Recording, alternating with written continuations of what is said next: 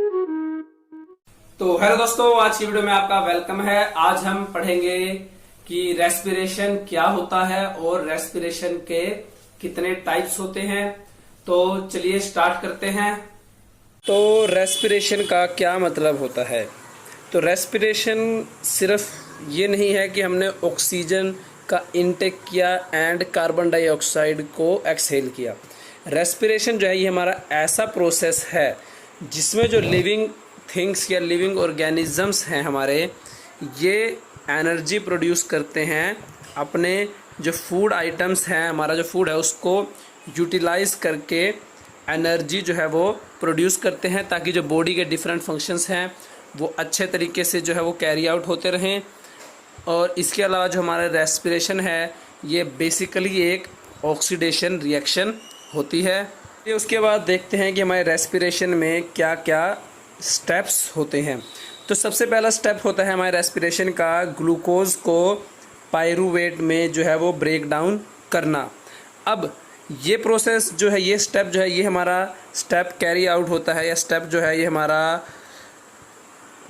होता है साइटोप्लाज्म में। अब साइटोप्लाज्म में क्या होता है, ग्लूकोज जो है, ग्लूकोज के मॉलिक्यूल्स को पायरूविक एसिड में या पायरूवेट में जो है वो ब्रेक डाउन कर दिया जाता है। अब ग्लूकोज जो है ये हमारा 6 कार्बन मॉलिक्यूल है, जबकि जो हमारा पायरूवेट है ये 3 कार्बन मॉलिक्यूल है। यानी कि बेसिकली जो हमारा पहला स्टेप होता है वो होता है ग्लूकोज के जो मॉलिक्यूल है उसका जो है सिंपलर वन में कन्वर्ट कर दिया जा सके, ताकि जो है एनर्जी को वो इजीली जो है वो गेट किया जा सके।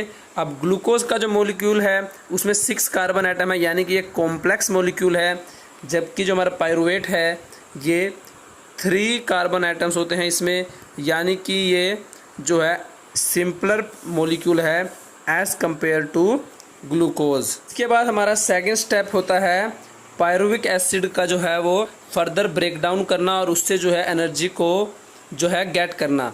अब जो further break down of pyruvic acid या पायरूवेट है ये हमारा टेक प्लेस होता है माइटोकॉन्ड्रिया में। अब माइटोकॉन्ड्रिया में पायरूविक एसिड के जो मॉलिक्यूल्स हैं ये ब्रेक डाउन होके कौन सा मॉलिक्यूल फॉर्म करेंगे, ये डिपेंड करता है कि जो हमारा रेस्पिरेशन है वो किस टाइप का है। क्योंकि जो हमारा रेस्पिरेशन है वो बेसिकली 2 टाइप्स के होते हैं, एरोबिक रेस्पिरेशन और एनारोबिक रेस्पिरेशन। अब एरोबिक रेस्पिरेशन में क्या होता है, एरोबिक रेस्पिरेशन में जो हमारे पायरूविक एसिड हैं ये कन्वर्ट होते हैं CO2 में, जिससे हमें एनर्जी मिलती है, जबकि एनारोबिक रेस्पिरेशन में जो हमारे पायरूविक एसिड हैं ये कन्वर्ट होते हैं इथेनॉल या फिर लैक्टिक एसिड में, और प्लस एनर्जी जो है वो रिलीज़ होती है। तो दोनों ही केसेस में एनर्जी रिलीज़ होती है, बट पायरूविक एसिड जो है किस टाइप के मॉलिक्यूल में कन्वर्ट होगा ये कि जो कम्प्लीटली डिपेंड करता है हमारे एरोबिक और एनारोबिक रेस्पिरेशन पर। तो बात करते हैं एरोबिक रेस्पिरेशन की। तो एरोबिक रेस्पिरेशन जो है ये हमारा ऑक्सीजन की प्रेजेंस में होता है। और एरोबिक रेस्पिरेशन में क्या होता है, जो हमारा ग्लूकोज है ये पहले पायरूविक एसिड में कन्वर्ट होता है एंड देन हमारा पायरूविक एसिड जो है ये कन्वर्ट होता है कार्बन डाइऑक्साइड में, और इस प्रोसेस में जो है एनर्जी रिलीज़ होती है और जो है वाटर मॉलिक्यूल्स भी जो है वो फॉर्म होते हैं। लेकिन अगर बात की जाए एनारोबिक रेस्पिरेशन की, तो जो एनारोबिक रेस्पिरेशन है ये ऑक्सीजन की एब्सेंस में होता है, और साथ ही एनारोबिक रेस्पिरेशन में जो हमारा ग्लूकोज है ये पहले पायरूविक एसिड में कन्वर्ट होता है, देन हमारा जो पायरूविक एसिड है ये कन्वर्ट होता है इथाइल अल्कोहल या फिर लैक्टिक एसिड में।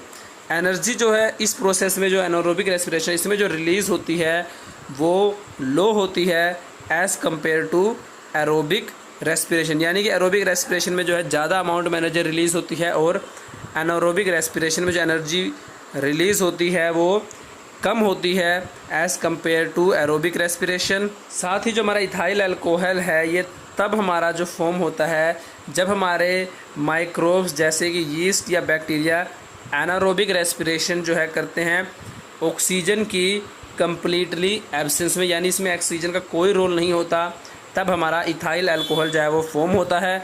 बट जो हमारे कुछ माइक्रोब्स या जो हमारे मसल सेल्स हैं ये एनारोबिक रेस्पिरेशन करते हैं और इसमें जो है ऑक्सीजन काफ़ी कम या काफ़ी लो अमाउंट में प्रेजेंट होती है, तब जो है हमारा लैक्टिक एसिड जो है ये फॉर्म होता है। तो चलिए इसको एक एग्जांपल से समझते हैं कि जब भी हम कभी कोई वाइगरस एक्सरसाइज या फिजिकल वर्क करते हैं तो हमारी बॉडी को काफ़ी ज़्यादा अमाउंट में जो है वो एनर्जी की रिक्वायरमेंट होती है, और इस लार्ज क्वांटिटी ऑफ एनर्जी की रिक्वायरमेंट को पूरा करने के लिए जो है वो हमारे फूड से मिलेगी। ऑटोमेटिक सी बात है कि हमें जो है एनर्जी फूड से मिलेगी, और फूड से एनर्जी मिलेगी जब हमारे फूड का ऑक्सीडेशन होगा, और फूड के ऑक्सीडेशन के लिए जो है हमें क्विक सप्लाई चाहिए ऑक्सीजन की। बट क्योंकि हम फिजिकल वर्क कर रहे हैं तो जो ऑक्सीजन की सप्लाई है वो सफिशिएंट नहीं होती या इनसफिशिएंट होती है, या कहें कि इतनी सफिशिएंट नहीं होती कि फूड का इतना ऑक्सीडेशन कर सकें कि ये लोड या कि काफ़ी ज़्यादा अमाउंट में एनर्जी रिलीज़ हो सके। अब इस इनसफिशिएंट अमाउंट ऑफ ऑक्सीजन की वजह से जो हमारा पायरुवेट एसिड है या पायरुविक एसिड, माफ़ कीजिए, पायरुविक एसिड या फिर जो पायरुवेट है ये हमारा चेंज हो जाता है लैक्टिक एसिड में, और इसी वजह से जो है अब ये लैक्टिक एसिड क्या होता है हमारे मसल्स में स्टोर हो जाता है, जिससे कि हमें क्रैम्प्स होते हैं और जो पेन है वो फील होता है।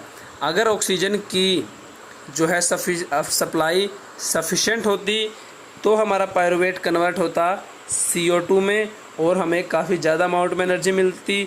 बट क्योंकि हम फिजिकल वर्क कर रहे हैं तो ऑक्सीजन की सप्लाई जो है वो इनसफिशेंट होती है, और इसीलिए जो पायरुवेट है ये कन्वर्ट होता है लैक्टिक एसिड में। एग्ज़ाम में एक क्वेश्चन ही पूछा जाता है कि जो मसल क्रैम्प्स हैं वो क्यों होते हैं, तो आप यहाँ पर ये आंसर लिख सकते हैं। तो ये है हमारा एरोबिक और एनारोबिक रेस्पिरेशन की केमिकल इक्वेशन में डिफरेंस, जहाँ यहाँ एरोबिक में शो किया गया है आपको कि जो ग्लूकोज है वो पहले ब्रेक डाउन होगा पायरुवेट में, एंड देन पायरुवेट हमारा ब्रेक डाउन होगा CO2 H2O और एनर्जी में।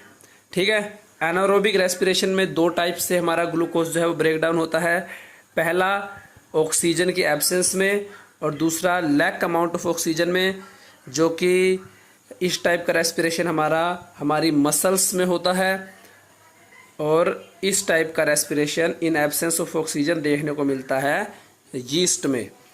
तो एब्सेंस ऑफ ऑक्सीजन में जो ग्लूकोज है वो पायरुवेट में टूटेगा एंड देन ब्रेक डाउन होगा पायरुवेट का इथेनॉल H2O और एनर्जी में, और लैक अमाउंट ऑफ ऑक्सीजन में जो एनारोबिक रेस्पिरेशन है उसमें जो हमारा ग्लूकोज है ये पहले पायरुवेट में ब्रेक डाउन होगा एंड देन ब्रेक डाउन होगा लैक्टिक एसिड और एनर्जी में।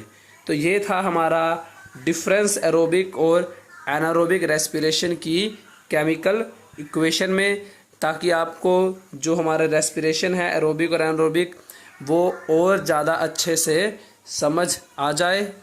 For more updates, subscribe to our channel, click the show links and enjoy watching the videos.